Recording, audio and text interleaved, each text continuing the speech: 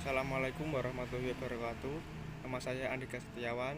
Saya akan membawakan materi yang berjudul Peran Dewan Syariah Nasional. Dewan Syariah Nasional adalah lembaga yang dibentuk oleh Majelis Ulama Indonesia yang mempunyai fungsi melaksanakan tugas-tugas MUI dalam menangani masalah-masalah yang berhubungan dengan aktivitas lembaga keuangan syariah. Adapun keanggotaan DSN diambil dari pengurus MUI, Komisi Fatwa MUI, Ormas Islam, perguruan tinggi Islam, pesantren dan para praktisi perekonomian syariah yang memenuhi kriteria dan diusulkan oleh Badan Pelaksana Harian DSN, yang mana keanggotaan baru DSN ditetapkan rapat pleno DSN MUI. Sejarah berdirinya Dewan Syariah Nasional.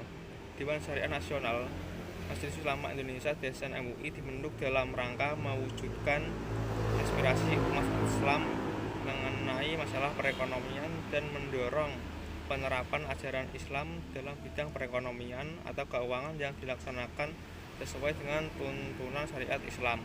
Pembentukan DSN MUI merupakan langkah efisiensi dan koordinasi para ulama dalam menanggapi isu-isu yang berhubungan dengan masalah ekonomi atau keuangan. Berbagai masalah atau kasus yang memerlukan fatwa akan ditampung dan dibahas bersama agar diperoleh kesamaan pandangan penanganannya oleh masing-masing Dewan Pengawas Syariah DPS yang ada di lembaga keuangan syariah.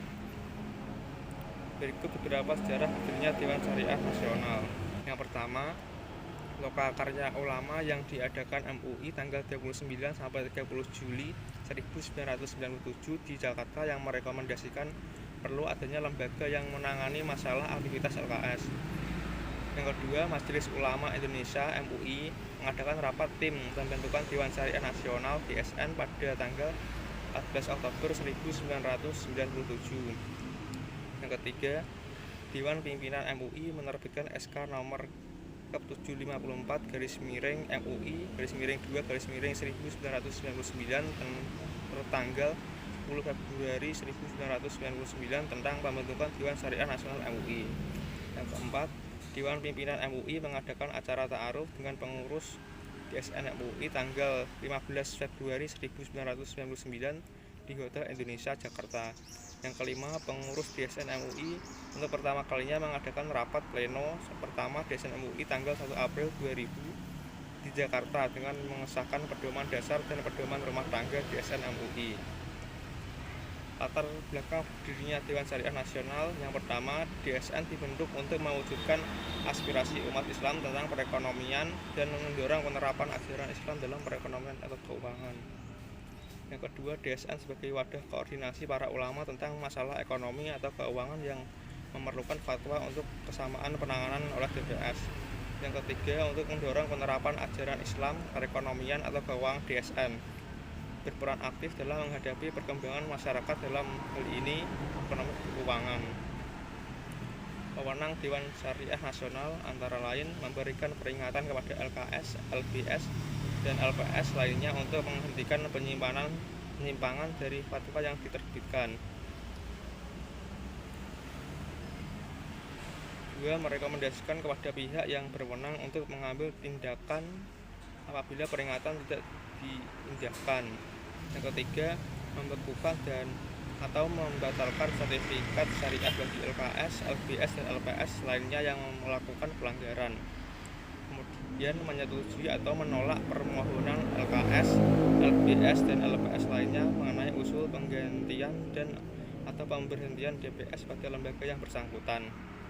Rekomendasikan kepada pihak-pihak terkait untuk menumbuh kembangkan usaha bidang keuangan, bisnis, dan ekonomi syariah, dan menjalin kemitraan dan kerjasama dengan berbagai pihak baik dalam maupun luar negeri untuk menumbuh kembangkan usaha bidang keuangan, bisnis, dan ekonomi.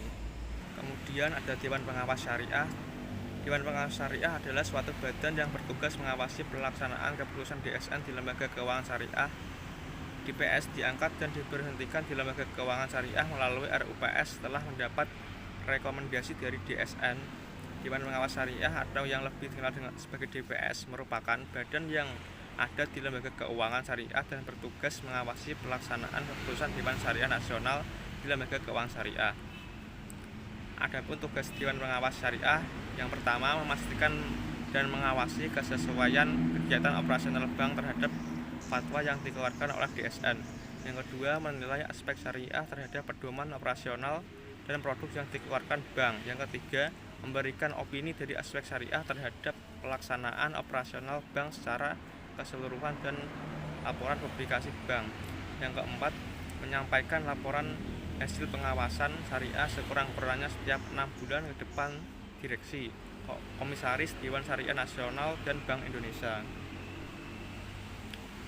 Fungsi utama Dewan Pengawas Syariah yang pertama sebagai penasehat dan pemberi saran kepada direksi, pimpinan unit usaha syariah, dan pimpinan kantor cabang syariah mengenai hal-hal yang terkait dengan aspek syariah.